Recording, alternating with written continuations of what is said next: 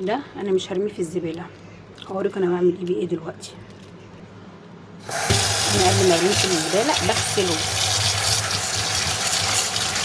بقلبه كده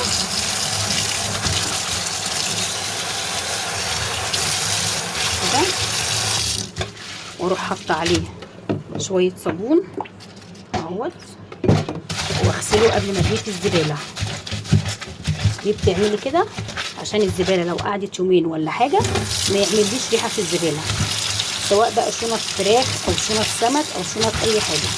بعد ما بعمل كده العمله دي كده اهو، بصوا اروح واخداه اهو